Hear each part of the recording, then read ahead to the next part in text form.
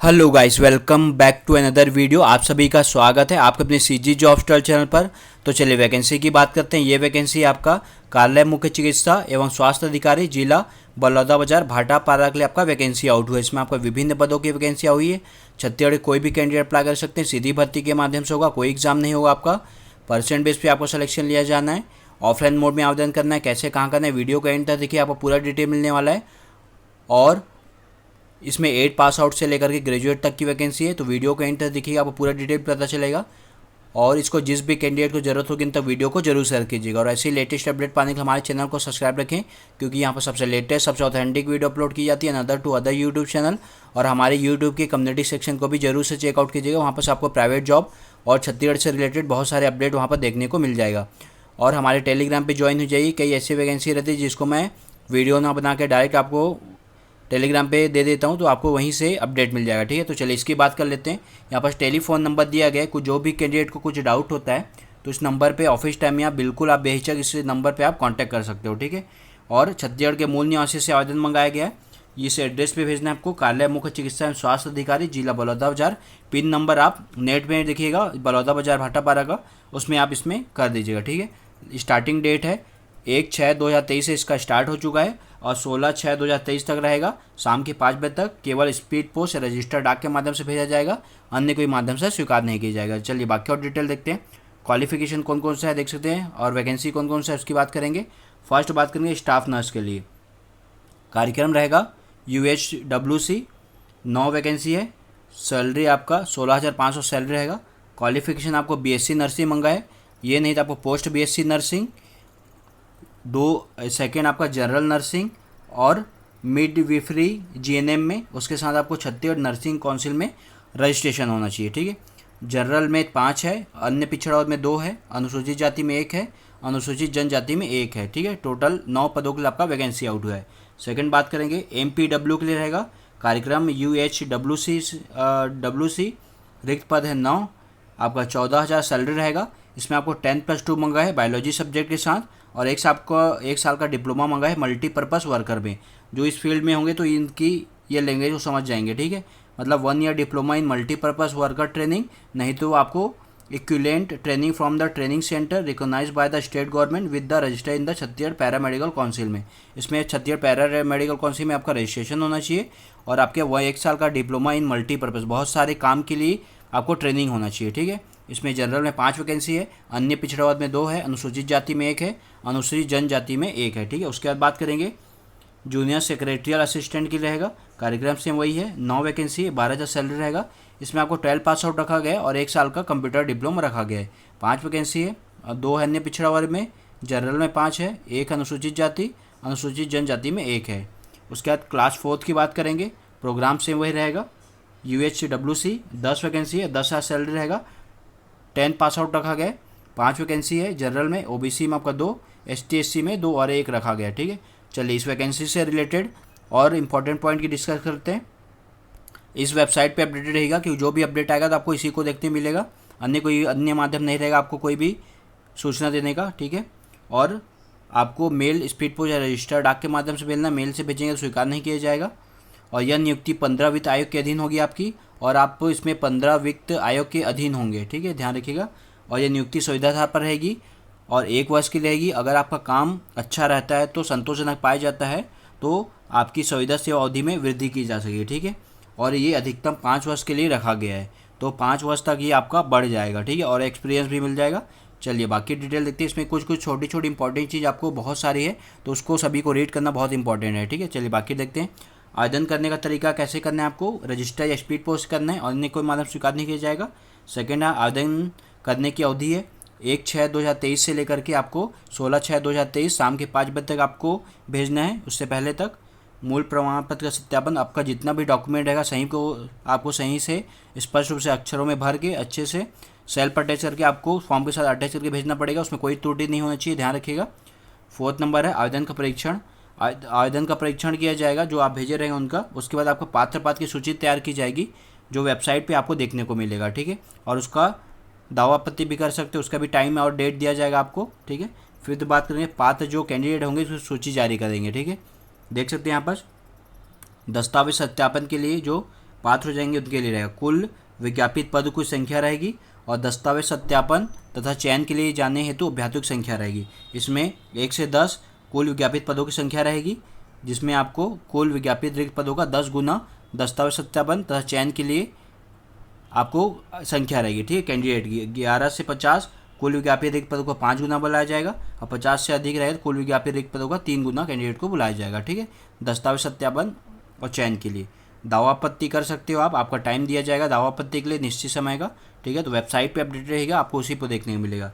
Age limit आपको 1/1/2023 की स्थिति में 18 वर्ष पूर्ण कर लिया हो और 70 वर्ष से अधिक नहीं होनी चाहिए। और जो भी एक प्रबंधकीय पद हेतु अप्लाई कर रहे हैं वो 1/1/2023 की स्थिति में 18 से 65 वर्ष रखा गया है, ठीक है, इससे अधिक नहीं होना चाहिए। और शासकीय अधिक शासकीय में आप काम कर रहे हैं तो आपको एज लिमिट छूट चाहिए, तो आपको एज लिमिट 8वीं 10वीं 12वीं का आपका देखा जाएगा। पात्रता की शर्तें देखते कौन कौन कैंडिडेट पात्र होंगे। इसमें आपका जितना भी डॉक्यूमेंट रहेगा सही से आपको फिल करना है, कुछ किसी चीज़ में आपको गलती नहीं करना है, अदरवाइज आपका फॉर्म निरस्त हो जाएगा। और देख सकते हैं क्रम वाइज आपको फॉर्म के साथ इसको अटैच करना है। देख सकते हैं आवेदन पत्र के साथ आपको जितना भी फॉर्म अटैच करना है उसको लाइन बाय लाइन दे दिया गया। फर्स्ट में आपका आवेदन रहेगा, फिर सेकंड में आपको ऑनलाइन जमा किए हुए चालान की प्रति अगर हो तो, जारी निवास पर आपका निवासी जाति, रोजगार का पंजीयन प्रमाण पत्र, शैक्षणिक योग्यता समस्त वर्षों की अंक सूची, एक्सपीरियंस रखते हैं तो वो, दिव्यांगता अगर आपके पास प्रमाण पत्र है तो वो, और संबंधित डिग्री तथा काउंसिल का जीवित पंजीयन प्रमाण पत्र और अन्य, ठीक है। ये लाइन से आपको इसी क्रम में आपको सजाना पड़ेगा, ठीक है, फॉर्म के साथ आपको अटैच करके भेजना पड़ेगा। और समस्त दस्तावेज के आपको स्वयं को सत्यापित करना अनिवार्य है, अगर नहीं करेंगे तो आवेदन निरस्त कर दिया जाएगा। अस्थायी जाति आपकी अगर आप फॉर्म के साथ अस्थायी जाति अटैच कर रहे हो, ठीक है, बट आपको अस्थायी जमा करने के आप जैसे आप किसी का स्थायी बना नहीं रहता है, ठीक है, तो उसके पास अस्थायी प्रमाण पत्र है जाति का तो आप उसमें अटैच कर सकते हो, बट उसके बाद में आपको स्थायी जाति प्रमाण पत्र आपको वहाँ जमा करना पड़ेगा, ठीक है। अदरवाइज अगर नहीं करेंगे अस्थायी रहेगा, अस्थायी नहीं रहेगा तो ये निरस्त माना जाएगा, ठीक है।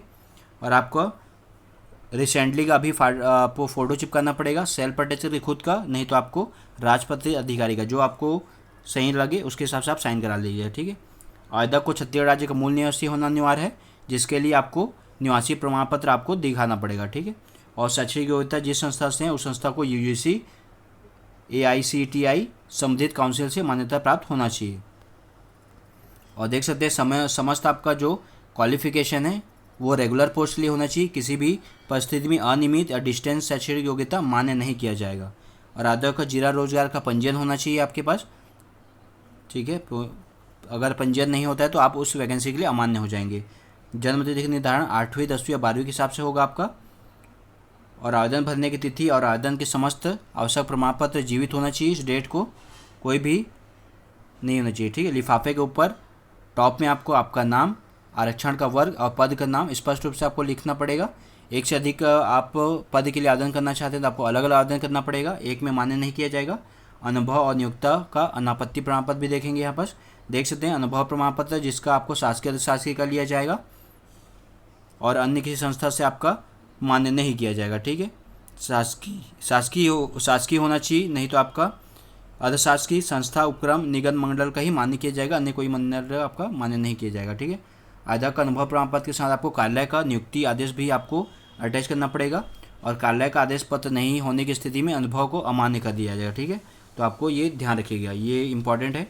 सेकेंड आपको अनुभव प्रमाण पत्र रहेगा, विज्ञापित पद हेतु संबंधित कार्य के अनुभव हेतु केवल शासकीय अधिशासकीय का लिया जाएगा, मान्य किया जाएगा, ठीक है। और अगर एक्सपीरियंस रखा भी गया है, प्रति वर्ष का 2 वर्ष अंक रखा गया है और अधिकतम 5 वर्ष का 10 अंक प्रदान किया जाएगा, 10 अंक है। और आपके पास है संबंधित अनुभव में 3 वर्ष का है, जैसे आपका कार्यरत अधिकारी राष्ट्रीय स्वास्थ्य मिशन के अंतर्गत आएंगे ये कर्मचारी पद से संबंधित कार्य अनुभव का प्रति वर्ष 3 अंक एवं अधिकतम 15 अंक रखा गया है, ठीक है। और कहीं भी आप कोरोना काल में काम किए हो तो बिल्कुल आपको बोनस अंक दिया जाएगा, 10 बोनस अंक आपका रखा गया है, ठीक है। और स्टाफ नर्स के पद हेतु GNM नर्सिंग प्रशिक्षण प्राप्त मितानी नादव को 1 वर्ष का 4 अंक देते हुए अधिकतम 20 अंक दिया जाएगा। चयन प्रक्रिया देख सकते हैं किस तरह पर चयन होगा आपका, यहाँ पूरा डिटेल है।